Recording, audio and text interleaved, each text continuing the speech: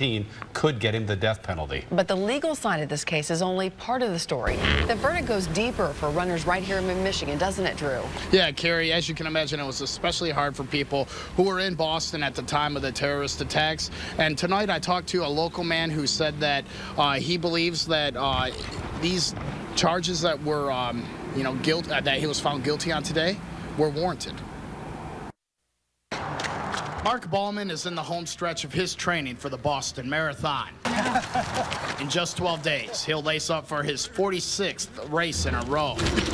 But he says continuing his streak now has added meaning. We're not afraid of this. We're going to make sure we go back and take part in this event and not let them dictate us.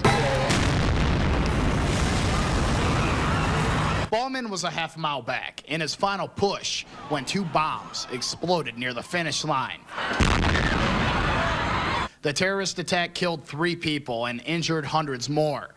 Today, jurors found Dzhokhar Tsarnaev guilty of 30 counts related to the attack. They messed with our sport, and we consider our sport a pretty pure sport and pretty, simple sport, and never would have expected that to have happened in a running event.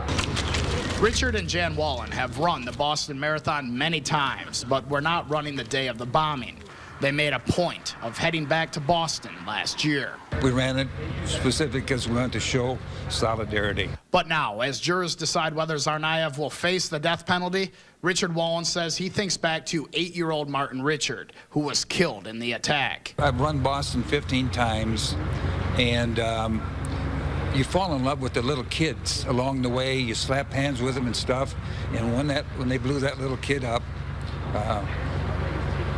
that's pretty terrible. So if he gets a death penalty, it ain't going to bother me. And as America waits to hear Tsarnaev's fate, Bauman says each return to Boston is a grim reminder of the deadly attack. And that was pretty emotional for me. And now with what's going on this year, it's going to be emotional again.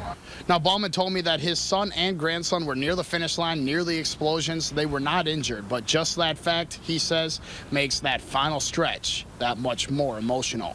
For now, live and local info, Andrew Keller, WNEM TV 5. All right, thank you, Drew.